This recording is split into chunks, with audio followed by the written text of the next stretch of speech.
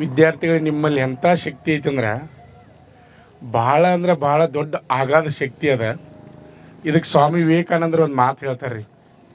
ಏನಂದ್ರೆ, ನೀನು ಸರ್ವಶಕ್ತ, ನೀನು ಸರ್ವಜ್ಞ, ನೀನು ಬೆಟ್ಟವನ್ನು ಕುಟ್ಟಿ ಪುಡಿ ಪುಡಿ ಮಾಡಬಲ್ಲೆ, ನೀನು ಸಮುದ್ರ ಎಲ್ಲ ನೀರವನ್ನು ಕುಡಿಯಬಲ್ಲೆ, ಅಂಥ ಶಕ್ತಿ ನಿನ್ನ ಹತ್ರ ಅದ, ಒಮ್ಮೆ ಯೋಚನೆ ಮಾಡುವಂತಾರೆ. ಅದು ಹೆಂಗೆ ಸಾಧ್ಯ ರೀ ಅನ್ಬೋದು ನೀವು. ಇದಕ್ಕೊಂದು ಉದಾಹರಣೆಯನ್ನು ಹೇಳ್ಕೊತ ಹೋಗ್ತೀನಿ ನಾನು. ಎನ್ ಅಂಬಿಕಾ, ಬಹುಶಃ ಹೆಸರು ಕೇಳಿರ್ಬೇಕು ನೀವು. ಎನ್ ಅಂಬಿಕಾ ಅಂತಕ್ಕಂಥ ಒಬ್ಬ ಮಹಿಳೆ ಏನಪ್ಪ ಅಂದ್ರೆ 8ನೇ ತರಗತಿ ಮಾತ್ರ ಶಾಲೆಯನ್ನು ಕಲ್ತಿರ್ತಾಳೆ. 8ನೇ ತರಗತಿ ಶಾಲೆ ಕಲಿತು ಅವಳು 14ನೇ ವಯಸ್ಸಿಗೆ ಮದುವೆ ಆಗ್ತದೆ. ಇದು ತಮಿಳುನಾಡಿನಲ್ಲಿ ನಡೆದಂಥ ಸತ್ಯ ಘಟನೆ ನಾನು ಹೇಳ್ತಾ ಇರೋದು. ತಮಿಳುನಾಡಿನಲ್ಲಿ ಮದುವೆ ಆಗ್ತದೆ ಅಂದ್ರೆ 14ನೇ ವಯಸ್ಸಿಗೆ ಮದುವೆ ಆಗ್ತದೆ. ಮದುವೆ ಆದಮೇಲೆ ಗಂಡ ಪೊಲೀಸ್ ಕಾನ್ಸ್ಟೇಬಲ್ ಇರ್ತಾನೆ ರೀ. ಗಂಡ ಪೊಲೀಸ್ ಕಾನ್ಸ್ಟೇಬಲ್ ಇರ್ತಾನೆ. ಆ ಹುಡುಗಿ ತಿಳ್ಕೊಂಡಿರ್ತಾಳೆ, ಪೊಲೀಸ್ ಅಂದ್ರೆ ನನ್ನ ಗಂಡನ ಶ್ರೇಷ್ಠ, ನನ್ನ ಗಂಡನಕ್ಕಿಂತ ಯಾರೂ ಶ್ರೇಷ್ಠ ಇಲ್ಲ. ಪೊಲೀಸ್ ಅಂದರೆ ಎಲ್ಲರೂ ನನ್ನ ಗಂಡಗೆ ಸಲ್ಯೂಟ್ ಮಾಡ್ತಾರೆ, ಎಲ್ಲರೂ ನಮಸ್ಕಾರ ಮಾಡ್ತಾರೆ. ಪೊಲೀಸ್ ಅಂದ್ರೆ ನನ್ನ ಗಂಡನ ಶ್ರೇಷ್ಠ ಅಂತೇಳಿ ಆ ಹೆಣ್ಮಗಳು ತಿಳ್ಕೊಂಡಿರ್ತಾಳೆ ರೀ. 14ನೇ ವಯಸ್ಸಿಗೆ ಮದುವೆ ಮಾಡ್ತಾರೆ. 18ನೇ ವಯಸ್ಸಿಗೆ ಅಂದ್ರೆ 2 ಮಕ್ಕಳು ಆಗ್ತಾವ್ರೆ ಆಕಿಗೆ. 18ನೇ ವಯಸ್ಸಿಗೆ 2 ಮಕ್ಕಳು ಆಗ್ತಾವೆ. 2 ಮಕ್ಕಳು ಆದಮೇಲೆ ಏನಾಗ್ತದಪ್ಪ ಅಂದ್ರೆ, ಒಂದು ದಿನ ಗಂಡ ಮಧ್ಯಾಹ್ನ ಊಟಕ್ಕೆ ಬರೋಂಗಿಲ್ಲ. ಅವಾಗ ಏನಾಗ್ತದೆ, ಗಂಡಗೆ ಮನೆಗೆ ಊಟಕ್ಕೆ ಬಂದಿಲ್ಲ ತಿಳ್ಕೊಂಡು ಗಂಡಗೆ ಊಟ ಕೊಡ್ಬೇಕಂತೇಳಿ ಪೊಲೀಸ್ ಸ್ಟೇಷನ್ಗೆ ಹೋಗ್ತಾಳೆ ರೀ. ಪೊಲೀಸ್ ಸ್ಟೇಷನ್ಗೆ ಹೋದಾಗ ಅಲ್ಲಿ ಹೋಗ್ಬಿಡ್ದು, ಅಲ್ಲಿ ಏನಾಗಿರ್ತದೆ, ಎಲ್ಲ ಪೊಲೀಸರೆಲ್ಲ ನಿಂತಿರ್ತಾರೆ ರೀ. ಅಲ್ಲಿ ಒಬ್ಬರು ಅಧಿಕಾರಿಗಳು ಬರ್ತಾರೆ, ಮೇಲಾಧಿಕಾರಿಗಳು ಬರ್ತಾರೆ. ಮೇಲಾಧಿಕಾರಿಗಳು ಬಂದಾಗ ಅವ್ರಿಗೆ ಎಲ್ಲರೂ ಸಲ್ಯೂಟ್ ಮಾಡೋದು, ಆಮೇಲೆ ಪರೇಡ್ ಮುಖಾಂತರ ವೇದಿಕೆಗೆ ಕರ್ಕೊಂಡು ಹೋಗೋದು, ಆಮೇಲೆ ಅವ್ರಿಗೆ ಹೂವನ್ನು ಹಾಕೋದು, ಅವ್ರಿಗೆ ಸತ್ಕಾರವನ್ನು ಮಾಡೋದು, ಇದನ್ನೆಲ್ಲ ನಿಂತ್ಕೊಂಡು ಗಮನಿಸ್ತಾಳೆ ರೀ. ಇದನ್ನೆಲ್ಲ ನಿಂತ್ಕೊಂಡು ಗಮನಿಸ್ತಾಳೆ. ಆ ಎಲ್ಲ ಪೊಲೀಸರೊಳಗೆ ಆಕಿ ಗಂಡು ಅಲ್ಲೇ ಇರ್ತಾನೆ ರೀ. ಆಕಿ ಗಂಡು ಆ ಅಧಿಕಾರಿಗೆ ಸಲ್ಯೂಟ್ ಮಾಡೋದನ್ನು ನೋಡ್ತಾಳೆ. ಆಕಿ ಗಂಡು ಆ ಅಧಿಕಾರಿಗೆ ವೆಲ್ಕಮ್ ಮಾಡಿ ಕರ್ಕೊಂಡು ಹೋಗೋದನ್ನು ನೋಡ್ತಾಳೆ. ಆಕಿ ಗಂಡು ಹೋಗಿಸಿಂದ ಆ ಅಧಿಕಾರಿಗೆ ಮಾಲಾರ್ಪಣೆ ಮಾಡೋದನ್ನು ನೋಡ್ತಾಳೆ. ನೋಡಿ ಸೈಡ್ ನಿಂತ್ಕೊಂಡು ವಿಚಾರ ಮಾಡ್ತಿರ್ತಾಳೆ. ಆಕೆ ವಿಚಾರ ಮಾಡ್ತಿರ್ತಾಳೆ ಏನಂದ್ರೆ, ನಾನು ಪೊಲೀಸ್ ನನ್ನ ಗಂಡನ ಶ್ರೇಷ್ಠ ಅಂತ ನಾನು ತಿಳ್ಕೊಂಡಿದ್ದೆ, ಆದ್ರೆ ನನ್ನ ಗಂಡನಕ್ಕಿಂತ ದೊಡ್ಡವ್ರದಾರು ಅಂತ ತಿಳ್ಕೊಂಡು ವಿಚಾರ ಮಾಡಕತ್ತಾಳ್ರಿ. ವಿಚಾರ ಮಾಡಿ ಆಮೇಲೆ ಆ ಫಂಕ್ಷನ್ ಮುಗಿದ್ಮೇಲೆ ಅಲ್ಲಿ ಗಂಡನಿಗೆ ಭೇಟಿಯಾಗಿ ನೀವು ಮನೆಗೆ ಊಟಕ್ಕೆ ಬರಲಿಲ್ಲ, ಅದಕ್ಕೆ ನಾವು ಊಟ ಇಲ್ಲೇ ತೊಗೊಂಬನ್ನಿ ಅಂತ ಹೇಳ್ತಾಳೆ. ಹೇಳಿದ ಮೇಲೆ ಆಯಿತು ಊಟ ಕೊಟ್ಟು ನೀವು ಹೋಗು, ನಮ್ಮ ಇಲ್ಲಿ ಕಾರ್ಯಕ್ರಮ ಅದಾವ, ನಮ್ಮ ಮೇಲಾಧಿಕಾರಿಗಳು ಬಂದಾರ, ನಾವೆಲ್ಲ ಇಲ್ಲಿ ಇರಬೇಕಾಗ್ತದೆ, ನೀವು ಹೋಗು ಅಂತ ತಿಳಿಸಿನ ಗಂಡ ಕಳಿಸ್ತಾನೆ. ಕಳಿಸಿದ ಮೇಲೆ ಆ ಹೆಣ್ಮಗಳು ಮನೆಗೆ ಹೋಗ್ತಾಳೆ ರೀ. ಅಂಬಿಕಾ ಅವ್ರ ಹೆಸರು, ಎನ್ ಅಂಬಿಕಾ ಅಂತ. ಮನೆಗೆ ಹೋಗ್ತಾಳೆ. ಮನೆಗೆ ಹೋದ್ಮೇಲೆ ಸಾಯಂಕಾಲ ಗಂಡ ಮನೆಗೆ ಬರ್ತಾನೆ. ಬಂದಾಗ ಗಂಡನ ಕೇಳ್ತಾಳೆ. ಆಕಿ ಏನು ಕೇಳ್ತಾಳಪ್ಪ ಅಂದ್ರೆ, ಪೊಲೀಸರಂದ್ರೆ ನೀವ ಶ್ರೇಷ್ಠ ಅಂತ ನಾ ತಿಳ್ಕೊಂಡಿದ್ದೆ, ಆದರೆ ನೀವು ಅವ್ರಿಗೆ ಅಲ್ಲಿ ಬಂದಿರೋಬ್ಬರು ಅಧಿಕಾರಿ ಅವ್ರು ಯಾರು ಅಂತ ಕೇಳ್ತಾಳೆ. ಕೇಳಿದಾಗ ಅವರು ಗಂಡ ಹೇಳ್ತಾನೆ, ಏನು ಹೇಳ್ತಾನಂದ್ರೆ, ಅವರು IPS ಅಧಿಕಾರಿಗಳು, ಪ್ರತಿ ವರ್ಷ ಪ್ರತಿಯೊಂದು ಪೊಲೀಸ್ ಸ್ಟೇಷನ್ಗೆ ವಿಸಿಟನ್ನು ಮಾಡ್ತಾ ಇರ್ತಾರೆ. ಅದಕ್ಕೆ ಇವತ್ತು ನಮ್ಮ ಪೊಲೀಸ್ ಸ್ಟೇಷನ್ಗೆ ವಿಸಿಟ್ ಬಂದಿರು, ಅವರು IPS ಅಧಿಕಾರಿಗಳು, SP ಮೇಲಿನವರು ಅಂತಕ್ಕಂಥ ಮಾತನ್ನು ಗಂಡ ಹೇಳ್ತಾನೆ. ಹೇಳಿದಾಗ ಆ ಹೆಣ್ಮಗಳು ವಿಚಾರ ಮಾಡ್ತಾಳೆ.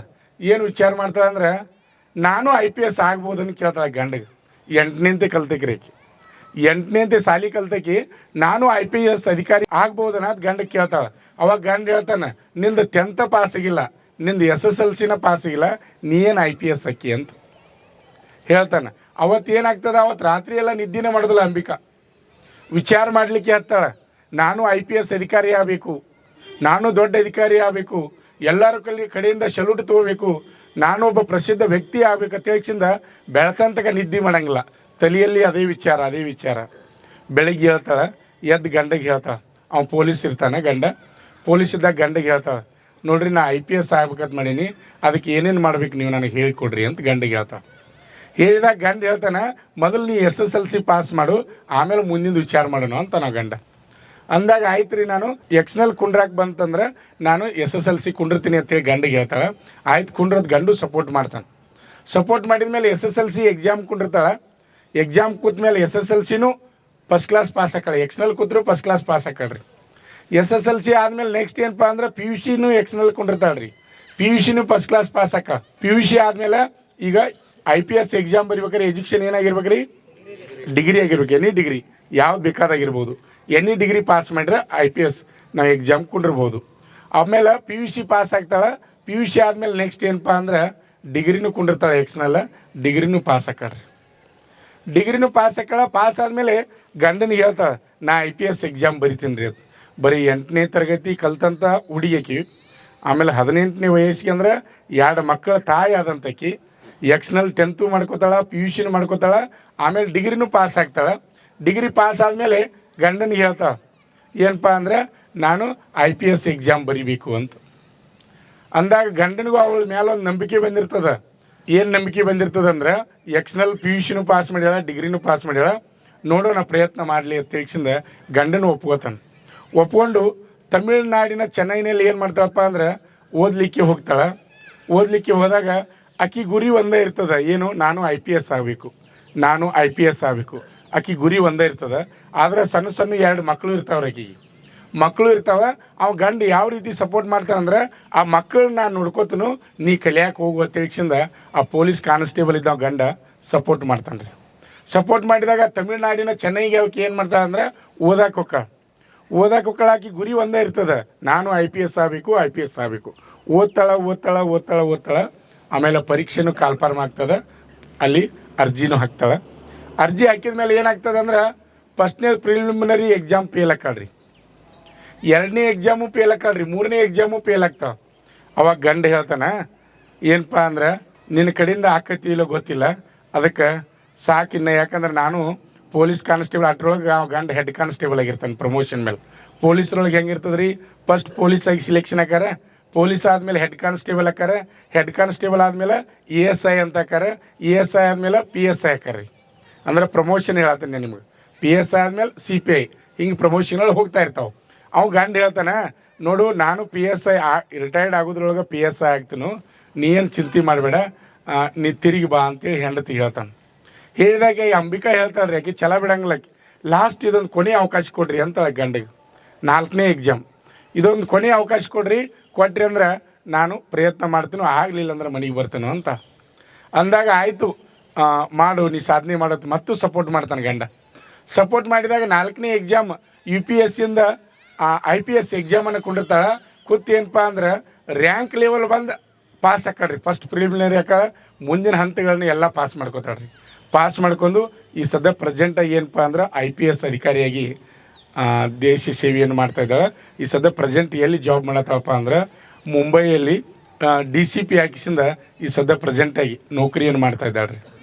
ಯಾಕೆ ಈ ಕಥೆಯನ್ನು ನಾನು ನಿಮ್ಗೆ ಹೇಳಿ ಅಂದ್ರೆ ನಿಮಗೆ ಅಸಾಧ್ಯ ಅನ್ನೋದು ಇಲ್ಲ, ನನ್ನ ಕಡೆಯಿಂದ ಆಗೋದಿಲ್ಲ ಅನ್ನೋ ಮಾತೇ ಇಲ್ಲ. ಸಾಧನೆ ಮಾಡಬೇಕಾದ್ರೆ ಹೆಂಗೆ ಬೇಕಾದಂಗೆ ಸಾಧನೆ ಮಾಡ್ಬೋದು. 8ನೇ ತರಗತಿ ಕಲಿತಂಥ Ambika external 10th PUC degree ಮಾಡ್ಕೊಂಡು ಒಬ್ಬ IPS ಅಧಿಕಾರಿ ಆಗ್ಯಾಳ ಅಂದ್ರೆ ನಿಮ್ಮ ಕಡೆಯಿಂದ ಯಾಕೆ ಸಾಧ್ಯ ಇಲ್ಲ? ನಿಮ್ಮ ಕಡೆಯಿಂದ ಯಾಕೆ ಸಾಧ್ಯ ಇಲ್ಲ? ಸಾಧ್ಯದ. ನೀವು 100ಕ್ಕೆ 100 ಗ್ಯಾರಂಟಿಯಾಗಿ ನೀವು ಜಾಬನ್ನು ಹಿಡಿತೀರಿ, ಎಲ್ಲರಿಗೂ ನಾ ಗ್ಯಾರಂಟಿ ಕೊಡ್ತೀನಿ.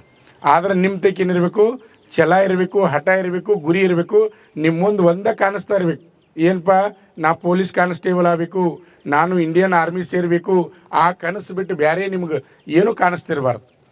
ಆ ರೀತಿ ಇದ್ದರೆ ನೀವು ಸಾಧನೆ ಮಾಡಲಿಕ್ಕೆ ಸಾಧ್ಯ.